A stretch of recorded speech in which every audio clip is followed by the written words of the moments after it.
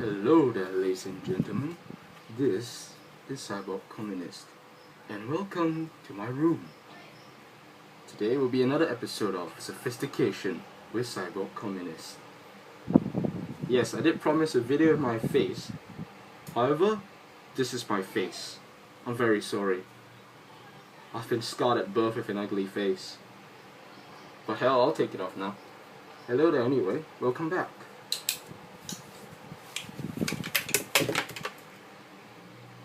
Now that I've got my glasses back on and I can see the fucking screen, great. Hello there, welcome back again. Today, another story time with CyborgCommunist, eh? Today's story would be two very simple ones, but fun ones nonetheless. If you're wondering why I decided to do a video, I got a suggestion on Twitter that maybe I should finally do on my face, even after only 3 videos and 50 views. Interesting to ask for a video with my face at that early stage, but you know what, hell, I'm good, I'm cool with it, I'm good, fuck, I'm good with that. And I also wanted to do a video because you can see, whoa, son of a bitch, I'm dressed nicely. I just came back from going out. I'm dressed rather nicely. I thought I'd do a video. I am butt naked from waist down, but hell, you guys can't see that, and it's airy. Boxers are good. Alright, the first story of the night would be, well, eventually I would write a story about this, for I really like it. It is an anecdote called The Hero Curry Packet That Made It. To sum up the story, it happened about a week back. Me and my friends, we had that focus revision, you know, afternoon classes, and then night study. We had that whole routine all over again. But that day, we all decided, you know what, screw this, fuck this. We'll skip our afternoon classes, we'll go to McDonald's, we'll have lunch, we'll study there instead. So that's what we did, we went there. This is not related to the story, but this is what we did inside the McDonald's. We bought lunch, and being 16, bored, we were really bored that day. Have you ever had that feeling that you should do something productive, like work, write something down, make something out of your life, but you don't feel like it? You want to do something fun, something meaningless, something that it's just doing it for the hell of doing it, you know. So that's what we did. We decided we're gonna do something we've all done in our childhood. We're gonna mix foodstuffs together and challenge one of us to eat the bloody thing. What we decided to do was that we synthesized a McDonald's meal with about a quarter of a cup of Coke, 3 packets of salt, lettuce, corn, beef juice, ice cream, and pepper. We just dumped the whole bloody thing in. We even added a bit of fries and some of the bread. And at the end of the day, it was this violently green, brownish concoction that looked something like incredibly liquid diarrhea. And we challenged each other to drink it. In fact, my friends were going to pay me $10 a piece from all 4 of them for me to finish it, but they rather not pay. They thought that $40 to watch me die was a bit underpriced. Perhaps $100 a piece to watch me die would be more worth it. But hell, that was fun. There's another incident immediately after this one where I challenged my friend, Joseph, otherwise known as Justin Lee Dent on Twitter, follow him. I challenged him to snort an entire packet of pepper for $5. It was the best $5 I've ever lost and the best $5 he's ever made. I have a video of that. In fact, I'm gonna add the video right after I finish this sentence. I'm gonna finish all the Coke after this. Keep it going. No! You haven't gotten any up yet. I think it's somewhat a mix of apprehension and me not wanting to do it. Go get a new straw.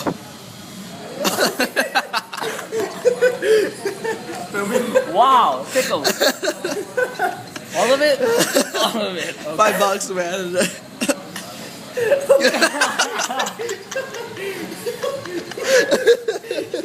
Wow. This is the second video on the channel. He actually did. It's refreshing. Wow. Alright. Whoa. Here, take $5. Wow. take the $5.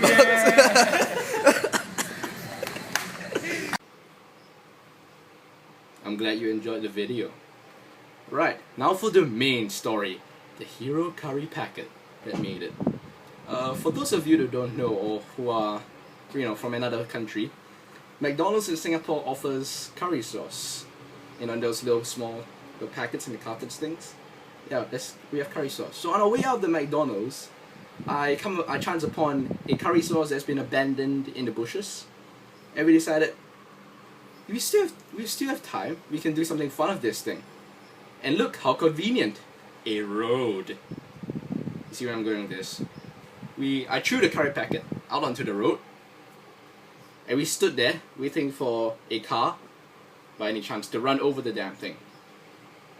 We didn't have to wait long, happily. It was about a minute later that a big bloody SUV runs over the curry packet, and it sprays out like blood, like arterial blood after he cut open the guy's neck. Foof! And it's really regretful there wasn't another car next to it, for I really want to see what someone's expression like when his car gets painted curry. Either way, after he runs over the curry packet, we all were a bit disappointed. It wasn't as dramatic as we thought it would be. It was like a popping sound and then curry. It wasn't that cool. But then we found out something funny. When the next car goes over the curry packet, it would flap over because of the wind. The wind blows from underneath the car. It would flip over and move down the road. So we decided we will pick up this flattened, and I mean absolutely flattened, because that's a big bloody BMW. Not a BMW, it's a big freaking SUV. It runs over the curry packet, it's flat immediately. We decided that we would pick it up. After it travels almost half a kilometer down the road, we'll pick it up at the traffic light. And that was the story of the hero curry packet that made it. Many times it was run over by another form of automobile. Many times it narrowly avoided being crushed again and made its way down, flipping over gently in the breeze. I think it was ran over almost 100 fucking times. And then, finally, after an hour, we, standing at the traffic light, received the curry packet. By then, it's absolutely flattened. It's squished to the ground. There's dirt and stuff in it. And there's still curry sauce in the damn thing, and like this little crevice in the corner. Yeah, there's still some curry sauce in there. Of course, there was a challenge whether or not you want to use that for a fry, but we all value our health too much for that. Health insurance doesn't cover that, being stupid and eating curry off the road. However, that was the story of the hero curry packet that made it, and how I managed to entertain 5 16-year-old boys for an hour when nothing else would. Can you imagine being entertained for an hour on end by just something so simple? Like, imagine when you were younger, talking into a fan for like an hour was the most fun thing ever, just so you could sound like a damn robot. For us, it was just watching this curry packet fly down the road being run over by cars. In fact, we were quite amazed at it, that it managed to make it that far, because in proportion to its size, that thing just ran a marathon, 500 meters down the road, from the McDonald's to the traffic light. That's a long distance. And it only took an hour. Not bad.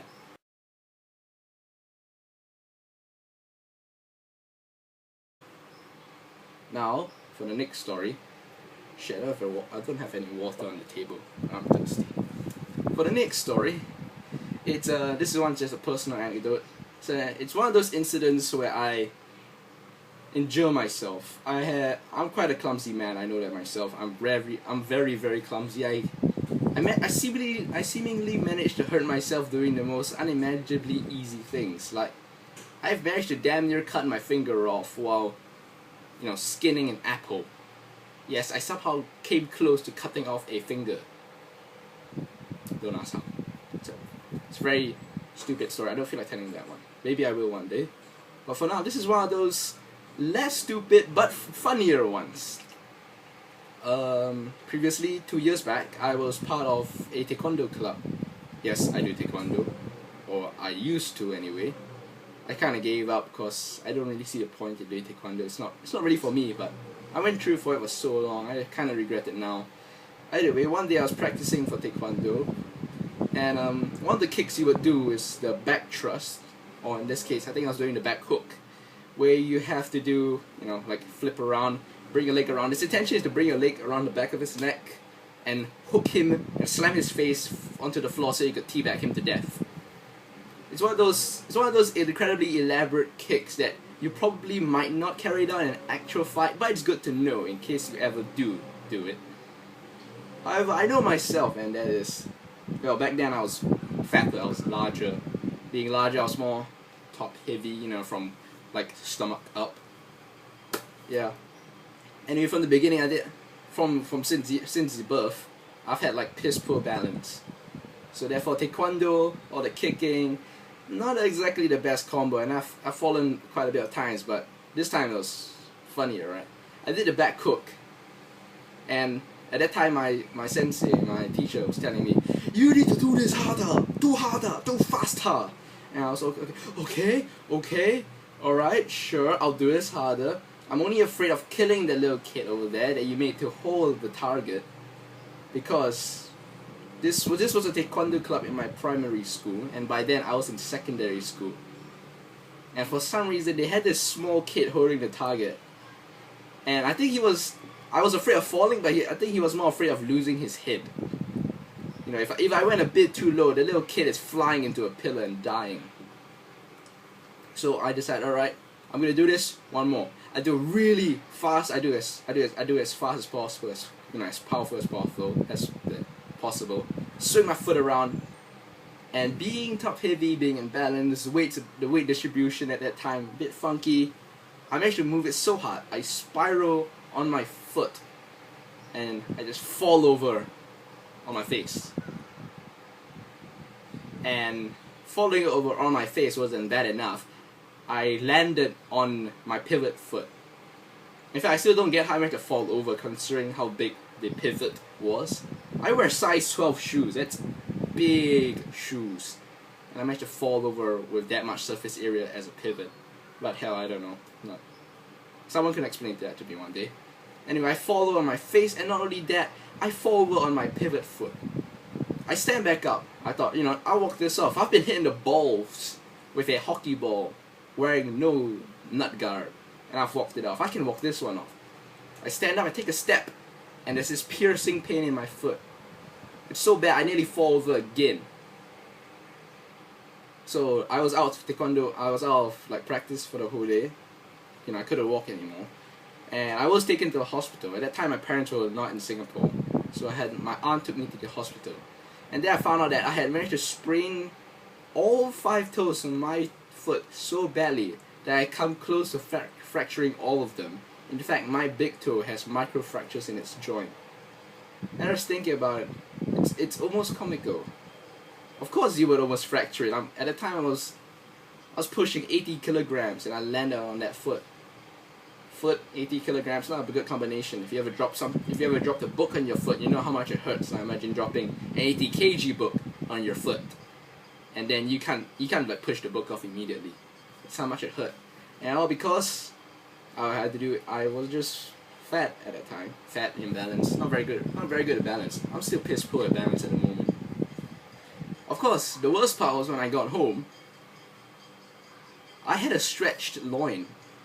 That area, your thighs are on this side, the loins is the bit in between, the V to your crotch. Yeah. You're supposed to do stretching for taekwondo. I did the stretching, but you didn't kick that hard, that fast, you didn't stretch enough, and I got a stretched loin. So I walked to school all funny. It's like, not only is my foot in a partial cast and I'm using a crutch, I also have to walk funny because my loins were both stretched out and incredibly fucking painful. As in, you wouldn't want to walk with those. When walking upstairs is total torture. If you ever had a sore leg, if you ever sore muscles on your thighs or your calves that hurts, sore muscles on your loins, it's a whole different kind of pain because the loins are connected to the crotch. It's a very, very different pain.